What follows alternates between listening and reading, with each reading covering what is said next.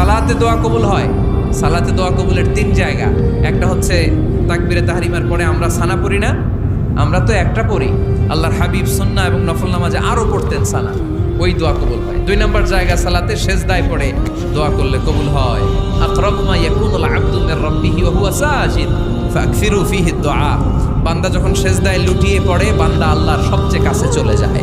কিন্তু বিশ্বনবী বলে সেজদাটা তোমার রবের কুদরতি পায়ের উপরে পড়েছে। সেজদায় পড়ে দোয়া করো।